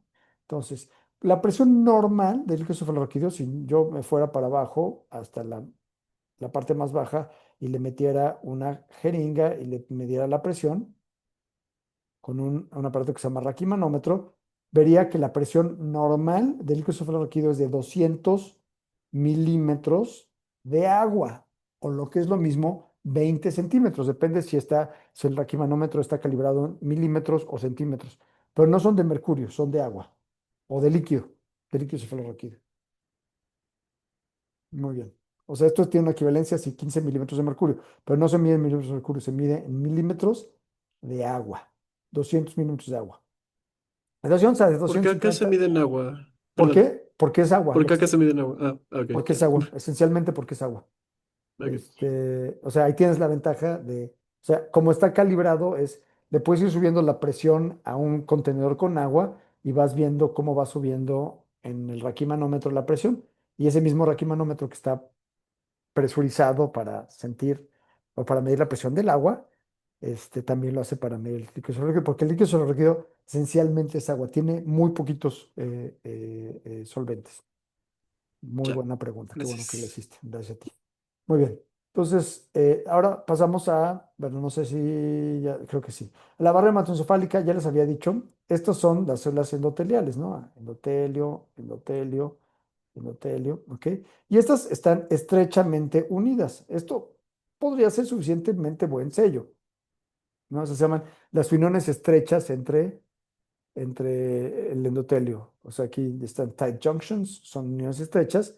Sin embargo, el cerebro no puede permitir que se fuguen sustancias, salvo aquellas que sean necesarias. Por ejemplo, eh, algunas proteínas, algunos medicamentos, algunas sustancias que por regla tienen que ser liposolubles para entrar al cerebro. Acuérdense, el cerebro es manteca, es grasa. Sin embargo, para que no se fuguen cosas que no estamos, incluyendo macromoléculas, proteínas de alto peso molecular, toxinas, etcétera, hay una segunda capa que hacen estos podocitos astrocíticos. Astrocyte end feet son pies terminales, les llamamos podocitos en español, y los astrocitos, que es una segunda capa que sella al vaso. Muy bien. La barra mesencefálica, entonces aquí está, miren, está el artrocito, echa sus piececitos que sellan al vaso. ¿Y qué es lo que va a hacer? Impide el movimiento de sustancias de alto peso molecular como proteínas. Muchas toxinas son proteínas. Sin embargo, sustancias mucho más pequeñas o aquellas que sean liposolubles sí pueden pasar. Pequeñas como cuáles, como la glucosa, ¿no? Pueden pasar. Sin embargo, hay algunas pequeñas áreas, algunas poquititas, chiquititas, que no tienen barrera hematoencefálica. Y eso se llaman órganos circunventriculares. El ejemplo más claro es uno que está en el tallo cerebral más bajo. Es más, me voy a regresar a esta imagen más o menos a esta altura, o sea, en la parte alta de el bulbo raquídeo, está una región que se llama el área postrema. El área postrema, cuando es estimulada por toxinas que entran a través de la circulación, como ahí no hay barrera hematoencefálica, si hay toxinas, sobre todo digestivas, ¿qué va a pasar? Me va a dar reflejo nauseoso. Seguramente les ha pasado que comen algo que no les sienta bien y a los 5 minutos tienen náuseas y empiezan a vomitar. ¿Por qué razón? Porque el área postrema sensó toxinas que asume que vienen del tubo digestivo y para echarlas va a hacer que yo vomite. Entonces se llama área postrema, para que no se les olvide, porque cuando la estimulan echan hasta el postre. No, esa no es la razón, pero se llama secuencia, se llama área postrema y echan hasta el postre. O sea, cuando se estimula la postrema, les da la guácara. ¿Ok? Y hay algunas otras, en realidad son 9 regiones chiquititas. La eminencia mediana que está entre los tálamos, la neurohipófisis, la glándula pineal, que es la que produce melatonina, etcétera. Hay unas cuantas que no tienen barrera encefálica. ¿Y eso para qué sirve? Entre otras cosas, para que ciertas sustancias que tienen que pasar de un sitio al otro, pasen. Si tuviéramos barrera hematoencefálica, los neuropéptidos, las neurohormonas, como la oxitocina y la vasopresina, no podrían salir, no podrían salir al sistema endocrino. Eso es lo que ya vieron con Shaley. Entonces ahí sí necesita que esté un poquito abierta para que puedan pasar estas proteínas de alto peso molecular, por poner un ejemplo. O sea, no todo es para censar cosas malas, es también para permitir el paso de sustancias que son vitales. ¿Les queda claro? ¿Me Yep. van siguiendo hasta ahorita? ¿Va bien la clase? De mi parte, sí. Sí, Perfecto. Muy bien. Ahora déjenme ver, ¿tienen alguna duda hasta este momento? Porque ahora vamos a pasar a la organización del sistema motor. La última parte de la clase, los últimos 30 35 minutos que nos queden, vamos a hablar del sistema motor. Por cierto, la clase la estoy grabando, entonces se va a tardar un rato, como hay muchas imágenes y además tengo el video prendido, se va a tardar un rato en grabarse.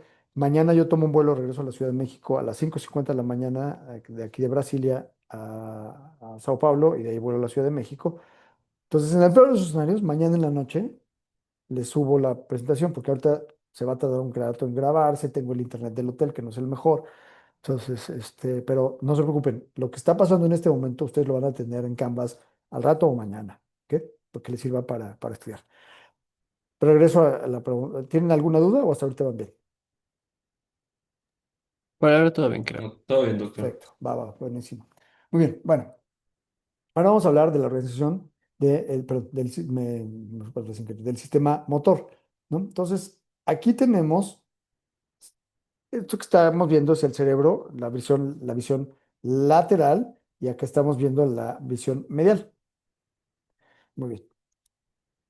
Esto que está aquí, que marqué con una flechita, es el surco central,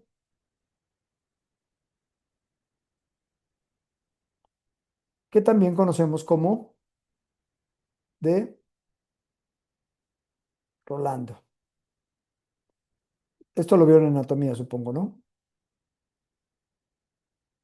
Bueno, Así es.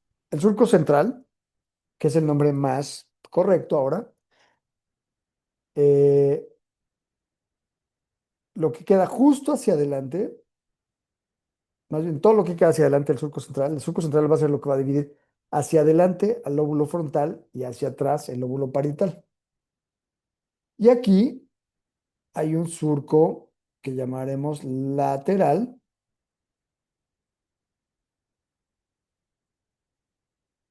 o de Silvio. Silvio con Y. Muy bien. Entonces, los surcos central y lateral nos van a servir como referencia porque el lóbulo frontal va a quedar por delante del surco central y por arriba del surco lateral. Bueno, lo que queda inmediatamente por delante del surco central se llama corteza motora primaria. Justo por delante está la región que llamamos premotora. Y esto pensemos, motora primaria es como cualquier área primaria. Premotora sería como la motora asociativa. Y luego está el área motora suplementaria, y acá hay dos pequeñas áreas que son importantes. Esta de aquí se llama FEF, Frontal Eye Field, que es la que controla los movimientos extraculares. Y esta de aquí es crucial porque esta solo está en el hemisferio dominante para el lenguaje, todo lo demás está en ambos hemisferios. Pero esta de aquí es el área de Broca y esta es la que se encarga de ejecutar los movimientos para que yo hable. ¿Ok? Todo esto que está aquí pintado de rosa o de rojo son áreas motoras. Fíjense que todas quedan por delante del surco central. Y luego hay unas partes que ya no están pintadas de roja, que es la que llamamos corteza. Si esta es motora y esta es premotora, pues ni modo que esta que queda aquí sea premotora. Entonces esta le llamamos corteza prefrontal y esa es crucial. ¿Para qué? Para el pensamiento abstracto, o sea, para aquello que llamamos funciones mentales superiores o funciones mentales. Cálculo, emisión del lenguaje, pensamiento abstracto, juicio, capacidad de previsión, análisis, abstracción, no sé si ya lo dije. En fin, eso lo vamos a ver en otro momento, lo vamos a ver en otra clase. Muy bien. Estas son las cortezas motora y premotora. ¿Ok? La corteza motora, digamos que es la corteza primaria, y la corteza premotora es la corteza que llamamos secundaria o asociativa. Muy bien. ¿Cómo es la corteza motora? Y en realidad casi toda la corteza, el 90% de la corteza humana tiene 6 capas, ya lo que llamamos neocorteza. Hay algunas regiones, por ejemplo, en los lóbulos temporales, la porción medial de los lóbulos temporales, donde está el hipocampo, que nos sirve para memorizar. Los hipocampos tienen solamente 3 capas, pero en realidad casi toda la corteza cerebral tiene 6 capas y la llamamos neocorteza. ¿Ok? ¿Por qué? Porque tiene 6 capas. Es la corteza más novedosa, digamos. Se llama neocorteza porque es la evolutivamente más avanzada. Ahora, si viéramos un mapa, si esto que está aquí de rojo intenso, lo mapeáramos, lo pusiéramos ahora de lado, se vería más o menos así. La corteza motora tiene una gran porción dedicada a la mano y otra gran porción dedicada a la cara.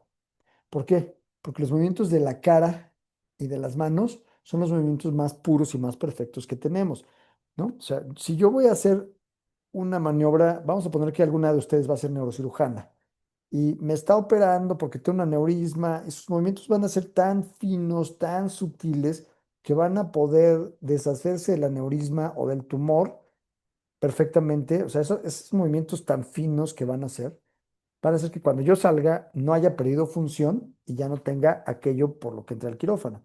Por ponerles un ejemplo de capacidades motoras muy finas, ¿no? Con las manos. La cara. ¿La cara tiene movimientos finos? La respuesta es sí, muy finos. Y les voy a poner un ejemplo.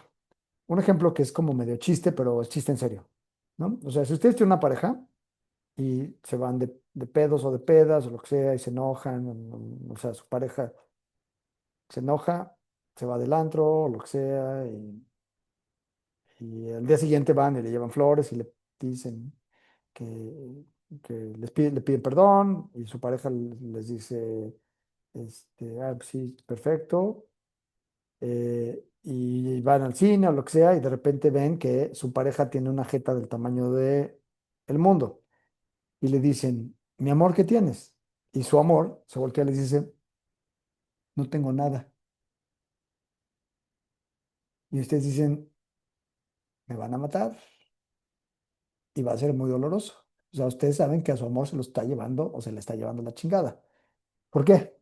Porque la expresión facial es de las cosas más ricas que tenemos. Entonces, cuando alguien, a menos de que sean actrices o actores, que se han entrenado años y años y años para hacerlo. Por ejemplo, si Brad Pitt se está metiendo acá un round, unos besotes con alguien en la cámara, seguramente no está pensando, puta, qué rico me lo estoy dando. Está pensando, puta, tengo que ir a recoger a los niños y luego tengo que pasar a la comercial mexicana porque hoy es miércoles de plaza y tengo que comprar zanahorias y ejotes para el consomé, ¿no? Pero lo que está actuando es una escena súper apasionada. La mayoría de los humanos no tenemos esa capacidad. Si estamos contentos, estamos contentos. Si estamos tristes, estamos tristes. Si estamos que nos lleva a la fregada, estamos que nos lleva a la fregada y todo el mundo se entera. ¿Por qué? Porque la expresión facial es muy rica y nos traiciona, ¿no? No nos traiciona, más bien deja que el mundo vea cómo estamos de ánimo. Entonces, acuérdense, cara y manos, gran expresión facial, gran expresión manual en la corteza. ¿Por qué razón? Porque es donde tenemos movimientos más finos. Y fíjense, básicamente el resto de la corteza se encarga de todo lo demás, de todo el resto del cuerpo, desde la punta de los pies hasta los hombros, saltándose o sea, desde el antebrazo a los hombros, de ahí hasta la punta de los pies, con la excepción de la cara y las manos, ¿no? O sea, fíjense nada más. O sea, piecito, piernita, nalguita, abdomencito, tronquito, bracito, manota, carota. ¿Ok? Y esto es, entre más representación cortical haya en una porción motora, más fina es la capacidad de mover esa parte. ¿Ok? Muy bien. Ahora nos vamos hacia abajo, nos vamos hacia la médula espinal. Pero bueno, aquí por cierto les quiero decir algo. En la profundidad hay una serie de estructuras. Aquí estarían los ventrículos laterales, por ejemplo. Aquí estaría, vamos a ponerle ventrículo lateral.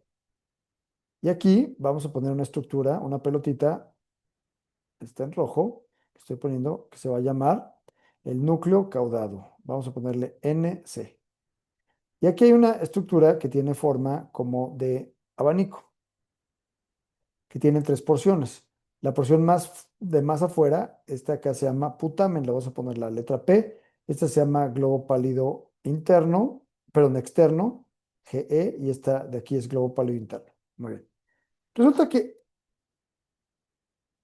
el núcleo caudado y el putamen son exactamente lo mismo, nada más que cuando se forma lo que llamamos la vía piramidal en el neurodesarrollo del humano, una estructura que era la misma se separa de repente por una serie de axones. Y esto me lleva a lo que sigue. Vamos a cambiar de color. ¿Cómo se forma la vía córtico-espinal o vía piramidal? Todos estos axones, todos estos axones que vienen de toda la corteza motora, se unen en este punto y van a bajar, ¿no? ¿Cuál es este punto? Esta estructura que está aquí, que tiene forma como de boomerang, que es donde se unen todos los axones, se llama la cápsula interna. Entonces, los axones se unen, pasan por la cápsula interna, piensen como una sombrilla. Son todos los rayos de la sombrilla, se unen en el bastón. El bastón baja a través de la cápsula, desciende, desciende, desciende, cambia de lado en la médula, se decusa y llega hasta la médula espinal. Estas neuronas de acá se llaman motoneuronas superiores y llegan desde la corteza hasta la médula. Y de la médula va a salir una segunda neurona que va al músculo, vamos a dibujar aquí como un músculo, y esta se llama motoneurona inferior. Y esto es importante, ¿por qué? Porque como vamos a ver más adelante, hay síndromes de motoneurona superior y motoneurona inferior. Ambas causan parálisis, pero la característica de la parálisis, más allá de la pura parálisis, cómo están los reflejos, cómo está el tono muscular, nos va a decir si se trata de una motoneurona superior e inferior, y es algo que vamos cuando hablamos de síndromes, ¿no? Pero bueno, ¿esto por qué lo digo? Porque ahora vamos precisamente a la médula espinal, ¿no? Entonces aquí les había dicho, aquí está la vía córtico-espinal, todos estos axones se unen en este punto. ¿Y cómo quedamos que se llamaba este punto? La cápsula interna. De aquí descienden, descienden del mismo lado, descienden a través del tallo cerebral, y en la unión del tallo cerebral con la médula espinal se decusan como el 90% de los axones al lado contrario, pero sigue siendo el mismo axón. Baja, baja, baja a través de la médula, y aquí entra al asta anterior, o sea, baja a través de la sustancia blanca, entra, y aquí va a ser una sinapsis con la motoneurona inferior que va hacia el músculo, ¿no? Entonces, ¿cuál es el origen de las motoneuronas superiores que llamamos, a estas le llamamos la vía córtico-espinal, porque va de la corteza a la médula espinal? Córtico-espinal, de dónde nace a dónde va, córtico-espinal, también le conocemos como vía piramidal. ¿Por qué? Porque la mayoría de los axones vienen de las capas 3 y 5 de la corteza, que son las capas de células piramidales. Me regreso aquí. Las capas 3 y 5 son las capas de células piramidales. Ese es el origen de la vía córtico-espinal. Por eso se llama también vía piramidal. Muy bien. Entonces, la vía córtico-espinal tiene origen en las capas 3 y 5 de la corteza. Más o menos el 30% viene de la corteza motora primaria, o sea, la que estaba pintada de rojo. Luego de la corteza motora asociativa o premotora, que era la que estaba como pintada de rosa. Y curiosamente, 40% vienen de las cortezas posteriores. ¿Por qué? Porque cuando generamos movimiento, también necesitamos información de dónde está cada uno de los segmentos corporales para que el movimiento sea perfecto, ¿no? Entonces, siempre nos enseñaron que la vía córtico-espinal tiene su origen solamente motor. El 60% de los axones vienen de la corteza frontal, o sea, la corteza motora y premotora, pero el 40% vienen de las cortezas sensitivas, ¿no? Y esta es la que se llama motor superior. Los axones se unen en la cápsula interna, descienden a través de esta estructura que se llaman pedúnculos cerebrales, y se decusan en la unión de la médula espinal con del tallo cerebral con la médula espinal. ¿Ok? Y en la médula hacen sinapsis con las motoneuronas inferiores. Esto es exactamente lo mismo que les había dicho, nada más que visto diferente. Ok, y esto me lleva a los síndromes de motoneurona superior y motoneurona inferior. Si yo tengo síndrome de motoneurona superior o inferior, si yo me daño las motoneuronas de arriba o las de abajo, el resultado va a ser el mismo. Sí, puede tener parálisis o paresia. Por cierto, ¿qué es paresia y qué es parálisis?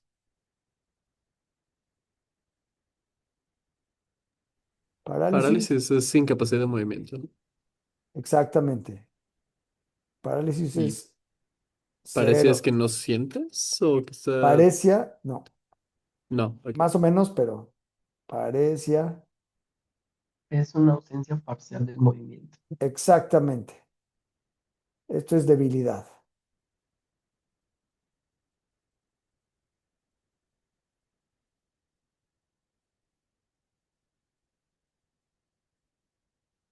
Bueno,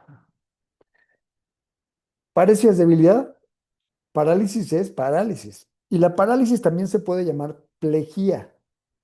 O sea, si ven que alguien está cuadripléjico, quiere decir que no puede mover nada de los cuatro miembros, brazos y piernas. O parapléjico. Si dicen que está paraparético, quiere decir que no puede, que puede mover, pero con debilidad, o sea, con un poder motor menor. ¿Ok? Entonces, tanto el síndrome motor superior como el inferior van a causar debilidad o parálisis. La diferencia va a ser los apellidos. El síndrome motoneuron superior, cuando yo me daño la corteza, por ejemplo, lo que vas a tener es un síndrome que se llama parálisis espástica. Si yo tengo un EBC, frontal izquierdo, voy a dejar de mover el brazo derecho. Pero ¿cómo va a estar mi brazo? Va a estar flexionado, flexionados los dedos, flexionado la muñeca, flexionado el brazo. O sea, va a estar, yo no voy a poder moverlo, ¿no? Si me dicen, a ver, mueve el otro brazo, lo voy a mover perfectamente, pero este no lo voy a poder mover. Eso se llama parálisis espástica. Espástica, ¿por qué? Porque está tieso, tieso, tieso, tieso, ¿no? En este caso en flexión. Si alguien tiene síndrome de motrona inferior, porque vamos a poner que ahora este mismo brazo lo tengo paralizado, pero lo tengo guango. Eso es síndrome de motrona inferior. Eso se llama parálisis flácida. Las neuropatías causan parálisis flácida, que es guanga. Las lesiones de motrona superior causan parálisis espástica. Eso es lo primero. Entonces, el primer apellido es flácida o espástica. Flácida, motorona inferior, espástica, motorona superior. Siguiente apellido, reflejos. La parálisis de la motorona superior va a causar hiperreflexia. Si ustedes llegan con su martillito, la persona va a tener hiperreflexia. Parálisis espástica con hiperreflexia motorona superior. O sea, hiperreflexia, reflejos hacia arriba, piensen neurona de arriba, motorona superior, reflejos hacia arriba, excitados. Motorona inferior, reflejos hacia abajo, reflejos abolidos. Va a haber hipo o arreflexia. ¿Ok? Básicamente. Y lo último es que en el síndrome motora superior puede haber respuesta plantar extensora cuando ustedes rascan el pie, y eso se llama signo de Babinski, o la forma más correcta es decir respuesta plantar extensora. Por cierto, si alguien tiene Babinski, tiene respuesta plantar extensora. No puede decir tiene ausencia de Babinski o tiene Babinski negativo. Babinski no describió que el dedo se fuera para abajo, eso es lo normal. Babinski describió que en personas con lesiones en la motora superior, el dedo gordo de la pata se iba para arriba. Entonces, Babinski o respuesta plantar flexora. Y por eso preferimos decir respuesta plantar extensora a lo patológico y flexora a lo normal. Pero nuevamente, Babinski solo hay cuando el dedo gordo se va para arriba. No hay Babinski negativo. Eso no existe. ¿Ok? Causa más común del motor superior, EBC, enfermedad vascular cerebral. Causa más común de motor inferior, diabetes. Muy bien. Ahora, algo que mencionan en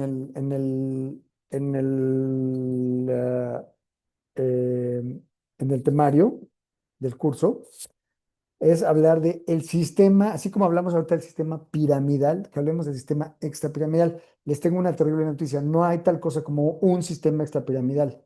O sea, hay una serie de sistemas que le ayudan a la vía córtico-espinal o a la vía piramidal a funcionar mejor. El sistema rubroespinal, tectoespinal, etcétera. Pero es una serie, son varios que van de diferentes partes a diferentes partes. Casi todos van a ir del núcleo rojo, del tectum, del cerebelo, etcétera, al lamelo espinal y van a ayudar a que el movimiento sea más fino. Pero no hay tal cosa como un sistema extrapiramidal. Entonces, cuando lean eso en el temario, no le hagan caso. Y si no me creen, léanlo, busquen sistemas extrapiramidales o sistema extrapiramidal y van a ver, yo creo que hasta en Wikipedia, no lo he buscado, pero estoy casi seguro que hasta en Wikipedia debe estar bien claro que es una serie de sistemas. Y estos son sistemas no tan importantes, o sea, son menores, ¿no? Y este es un nombre obsoleto, háganme caso, un sistema obsoleto que incluye una serie de, ¿cómo estamos de tiempo? Nos quedan 15 minutos. Una serie de circuitos subcorticales que lo que van a hacer es perfeccionar un movimiento. O sea, van a ayudarle a la vía corticoespinal a que el movimiento sea perfecto. Y son filogenéticamente, o sea, en el desarrollo, mucho más viejas que la vía corticoespinal. Y son tractos que descienden casi todos a la médula espinal de diferentes sitios, de los núcleos vestibulares a la médula, vestíbulo espinal. del núcleo rojo, que está en el tallo, en el mesencéfalo a la médula, rubro espinal. Del tectum, que está en el mesencéfalo, o sea, el vestíbulo, por cierto, los núcleos vestibulares están en el bulbo raquídeo. Mesencéfalo, mesencéfalo y retículo espinal de la formación reticular a la médula espinal. Todos estos sistemas, estos son como los cuatro más importantes, los que están mejor mapeados, van de un sitio arriba, pero por debajo de la corteza, a la médula y van a ayudar a la médula a que el movimiento se lleve a cabo como lo quiere la vía córtico-espinal. Entonces, de alguna manera son reguladores. Sin embargo, los dos reguladores más importantes del movimiento que le ayudan mejor a la corteza motora a generar movimiento son los núcleos de la base, mal llamados ganglios basales. El nombre correcto no es ganglio, sino núcleo, núcleos de la base, y el cerebelo.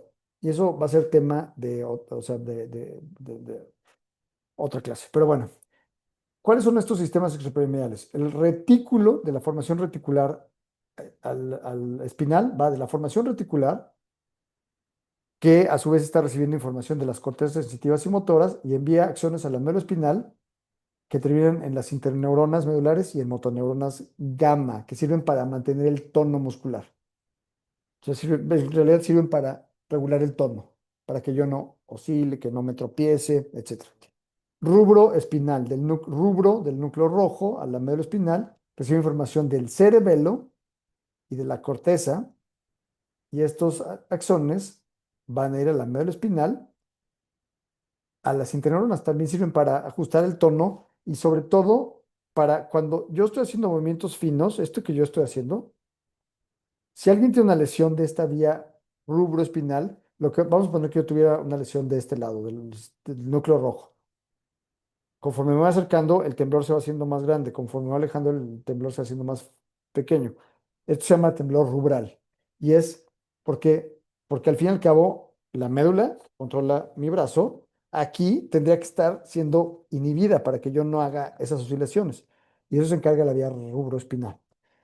Vestíbulo espinal, de los núcleos vestibulares que vienen de los oídos, manda información, bueno, de los oídos y también información cerebrosa, manda información a la médula espinal y esto va a facilitar que, sobre todo si yo pierdo el equilibrio, si me voy cayendo, que yo extienda los brazos y piernas de forma súbita. Pues esto no ocurre en tiempo real, sino cuando yo pierdo el equilibrio y me va a ayudar a movimientos que llamamos antigravitatorios o antigravitacionales que van a hacer que evite la caída. De hecho, si aquí están músculos extensores, aquí te graban.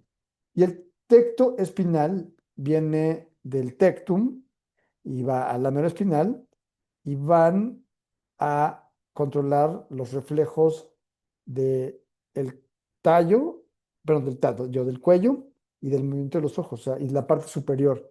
O sea, que yo haga, por ejemplo, si algo me llama la atención, voy manejando y alguien me toca el claxon y yo volteo, eso va a ser en parte porque la vía tectoespinal le está diciendo a la médula aguas que la corteza quiere que hagas esto. Muy bien.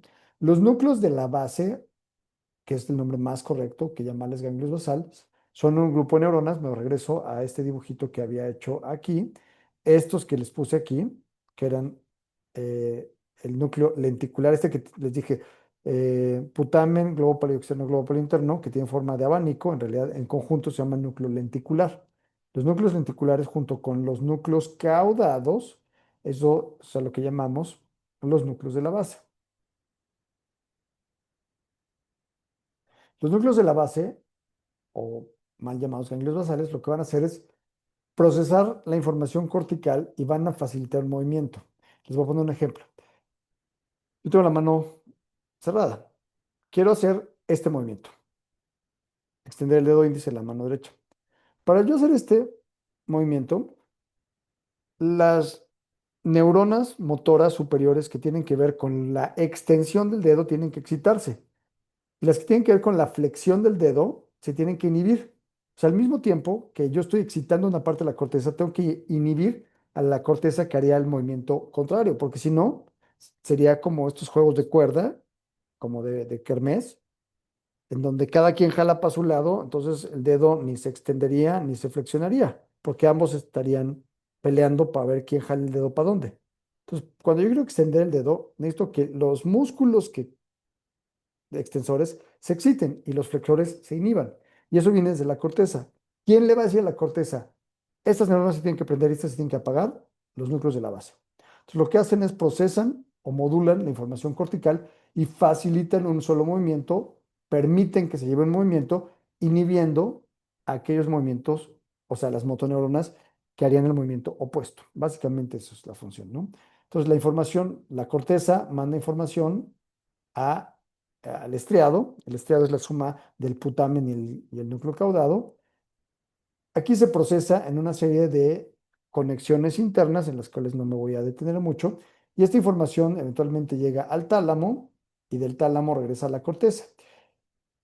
En estas conexiones internas puede irse por dos caminos. Una vía que permite el movimiento que se llama vía directa y otra que impide el movimiento que se llama vía indirecta. Entonces, por ejemplo, si yo voy caminando, hay una pierna que va a estar flexionada y otra que está extendida. Un instante después, la que estaba flexionada ahora está extendida y la que estaba extendida ahora está flexionada. Entonces, esto es nada más para recordarles que en cada momento esto es algo que va cambiando. La parte que en un instante está siendo excitada, al instante siguiente va a ser inhibida para que yo pueda hacer estos movimientos. ¿Y quién va a hacer esta modulación? Los núcleos de la base. Y aquí está, básicamente, les decía, la vía directa permite movimiento, la vía indirecta impide el movimiento. Vamos a poner una X de impide y una palomita. Y esto va a ser por una regla simple de los signos.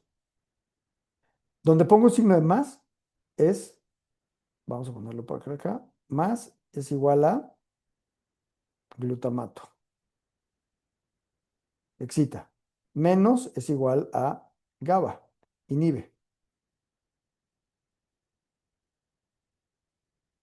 ¿Ok?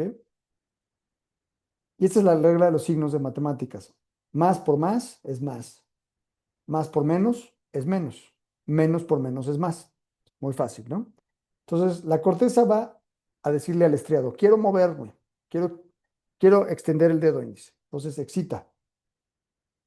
Recuérdense, acá abajo están los signos. El estriado al ser excitado, lo que va a hacer es inhibirse. Bueno, inhibe. Manda una señal inhibitoria con GABA. ¿Y qué va a inhibir? Al globo pálido interno. Y el globo pálido interno normalmente estaría inhibiendo al tálamo. Entonces, inhibir al inhibidor desinhibe al tálamo que excita la corteza. Y eso hace que yo pueda llevar a cabo un movimiento. Por eso esto permite movimiento. La vía indirecta tiene una escala intermedia en el núcleo subtalámico, que es la única estructura que es excitatoria dentro de los núcleos de la base.